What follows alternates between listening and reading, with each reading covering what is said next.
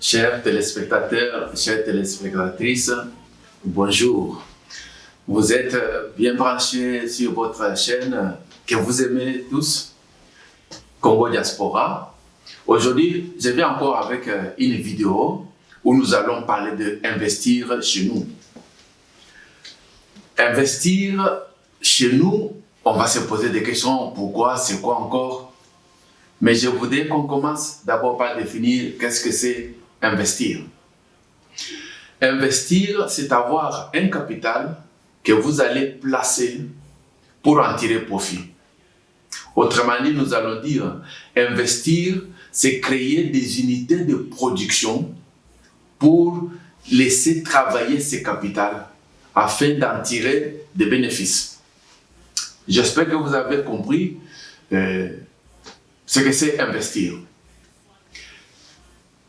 Investir chez nous, c'est-à-dire chacun vient de quelque part, notre pays d'origine. Donc, dans cette émission, nous parlerons d'investir chez nous, investir en Afrique, investir en RDC. Nous allons nous poser la question, mais pourquoi investir?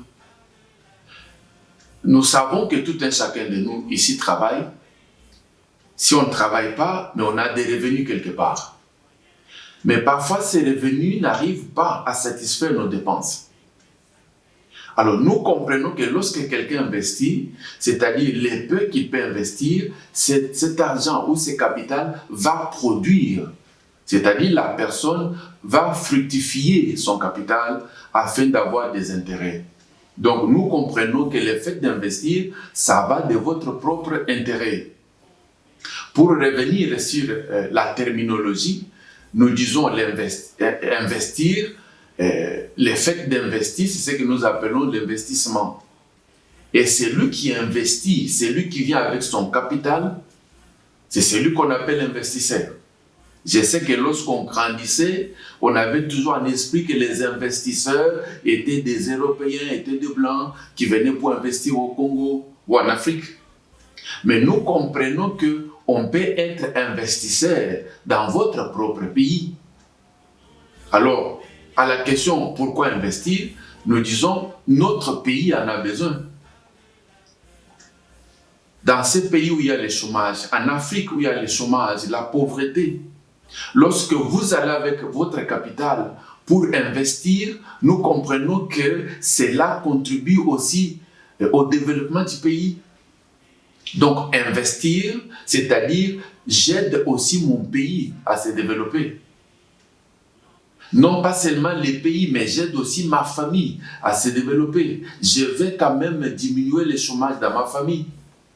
N'est-ce pas, il y a des bien-aimés qui ont investi au pays, mais qui ont aussi pris des amis, peut-être pas des amis, mais aussi des membres de famille, pour que cette affaire puisse aller de l'avant.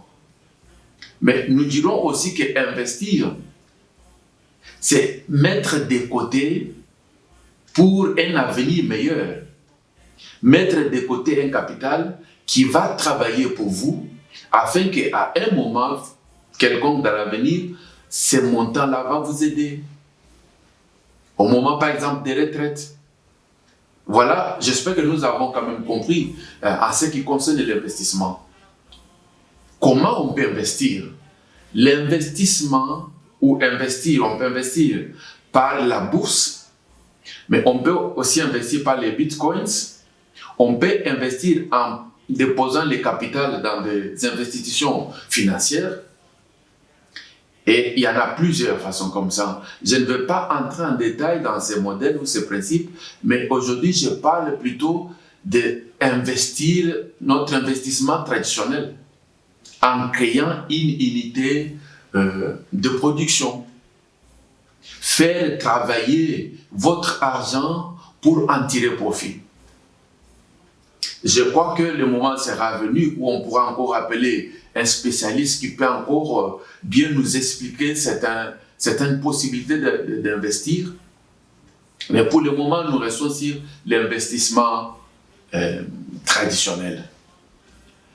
Lors de mon séminaire que j'ai donné à Kinshasa, dans l'église Vie Nouvelle, chez le pasteur Gaston Lundu, que j'ai salué en passant. Et de même aussi, j'ai fait un séminaire à l'église La Gloire de l'Éternel à Lemba, chez Pasteur Emmanuel, que j'ai salué aussi en passant. La plupart des participants à mes séminaires ont posé la question, la grande question, l'entrepreneuriat, l'investissement, oui, nous sommes prêts, mais les capitales ou alors les fonds de démarrage. Je crois que beaucoup de gens, que ce soit en Europe ou en Afrique, sont bloqués par ce phénomène de fonds de démarrage. Il est vrai que les fonds de démarrage peuvent provenir soit de la famille, un héritage par exemple, ou la famille qui fait un don à la personne pour commencer un business. Mais il y a aussi les fonds qui peuvent venir de tontines, c'est-à-dire les gens, ce qu'on appelle à l'Igala les Likelemba. En faisant la tontine, la personne peut acquérir un certain montant qui devient un fonds de démarrage pour lui.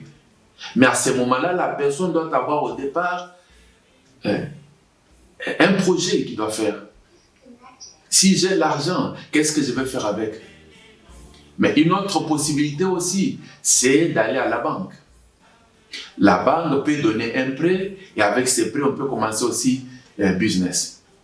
Mais nous constatons que ce soit pour la famille ou que ce soit pour la banque, ces deux possibilités-là sont difficiles.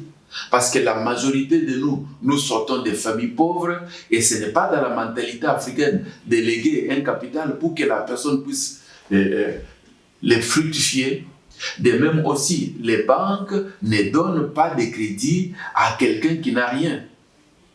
Hein, c'est un principe qui est même dans la Bible. À celui qui n'en a pas, on retirera même ce qu'il a. Mais à celui qui a, on lui donnera pour qu'il soit dans l'abondance. C'est le même principe qui continue. Les banquiers veulent donner à celui qui a quelque chose. Quand on donne les crédits, on va demander qu'est-ce que tu nous donnes comme... qu'est-ce que tu vas hypothéquer? Mais lorsque quelqu'un n'a pas une maison ni une voiture, mais qu'est-ce qu'il va hypothéquer? La banque ne va pas donner. En parlant avec beaucoup de gens en Afrique, ces gens sont coincés parce qu'il manque un capital. Alors aujourd'hui, nous parlons comment se constituer un capital ou un fonds de démarrage. Je prends un exemple simple. Lorsque vous prenez 1 euro chaque jour que vous allez mettre à côté dans un coffre, au bout d'une année, vous aurez 365 euros. Et au bout de 2 ans, vous aurez 365 fois 2, on a, si je ne me trompe pas, 730 euros. Et avec ce montant-là de 365, je crois qu'on peut se faire déjà quelque chose. On peut l'investir dans quelque chose. Même si on prend les doubles, on peut aussi déjà avoir un capital pour investir dans un domaine quelconque. Nous partons aussi du principe que nos parents ou nos grands-parents en Afrique vont s'acheter une chèvre. Et partant d'une chèvre, on peut aboutir déjà à un troupeau de chèvres. De même aussi quelqu'un qui a ne fût-ce qu'une graine de maïs, qui va la planter, à la récolte, ça ne sera pas une seule graine. Et nous voyons qu'une graine de maïs peut faire que vous ayez tout un champ de maïs. C'est le même principe qui s'applique même avec les œufs. Vous avez un œuf, mais lorsque vous avez une poule, et cette poule-là va aussi pondre, et vous aurez des œufs, et des œufs ce sont des poussins, et vous pouvez avoir un poulailler partant juste d'un œuf. Bien-aimés, partant de ces principes, nous comprenons les principes de la multiplication. Je voulais juste dire à quelqu'un, ne cherche pas à en avoir des millions, ne cherche pas à avoir 10 000, 5 000, mais commence d'abord avec les peu que vous avez. Nous comprenons que partant d'un peu, on peut avoir aussi beaucoup. Ne vous découragez pas. Il y a des gens qui attendent, qui attendront longtemps parce que le capital ne viendra pas. Et partant toujours de ces mêmes principes, il y a des gens qui se disent que je n'ai pas l'argent, je n'ai pas le capital. Mais il est question de s'examiner. Comment vous comparez vos actifs et vos passifs chaque mois. En fait, les actifs, ce sont des revenus, des entrées, tandis que les passifs sont des dépenses. Dans beaucoup de cas, les passifs sont même plus supérieurs qu'aux actifs. Et voilà pourquoi beaucoup de familles, beaucoup de personnes ont des problèmes parce que les dépenses surpassent même les revenus. Je crois que vous qui suivez cette vidéo, il est temps que chaque famille, que chaque personne puisse maintenant s'examiner pour voir comment sont nos dépenses. Est-ce que les dépenses, les choses que nous achetons, est-ce que sont-elles nécessaires ou nous achetons parce que, comme ici en Europe, on a soldé. Il y a une copine qui va te dire, mais écoutez, à Réal, on a rêvé, on a soldé. On va acheter des choses qu'on n'avait même pas prévues. On va acheter des choses qui ne sont même pas nécessaires. N'est-ce pas, dans nos maisons, des fois, on se retrouve avec des choses qu'on a achetées, mais dont on n'avait pas besoin. Voilà un des problèmes que nous avons. Et c'est de revoir notre façon de faire les achats. Et notre aspect, c'est, je vous demande, vous qui suivez cette vidéo, c'est d'aller regarder un peu vos garde-robes. Je dirais beaucoup plus aux gens qui sont en Europe. Comment sont vos garde-robes? Combien le nombre de souliers, combien le nombre de pantalons, combien le nombre de blouses, de pagnes, et que sais-je encore? Combien de sacs, ma soeur, vous avez à la maison? Bien-aimés, reconnaissons que nous ne sommes pas des modélistes. Les modélistes font certaines choses parce qu'elles doivent le faire. Comprenez que la vie n'est pas une compétition. Une compétition avec qui? Je crois que c'est cette mauvaise gérance qui nous empêche aussi de ne pas arriver à se construire un capital. Donc, nous comprenons à partir de cette vidéo que non, mais peut-être que moi aussi j'étais emporté à faire des dépenses non calculées, non souhaitables, non désirables. Mais à partir d'aujourd'hui, je dois commencer à gérer mes dépenses, à limiter mes dépenses.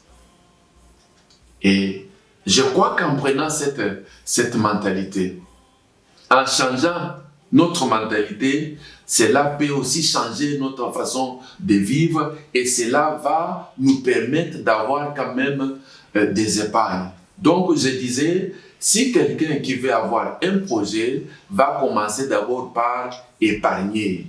Commence par mettre quelque chose de côté, revois tes dépenses. Et lorsque vous avez un capital, et c'est ce capital-là que vous pouvez commencer une activité, une unité de production. Avant de terminer notre vidéo, je sais qu'il y a beaucoup qui vont dire, mais nous allons le faire comment? Nous sommes en Europe. Comment le faire? Parce que nous avons connu des déceptions avec nos familles.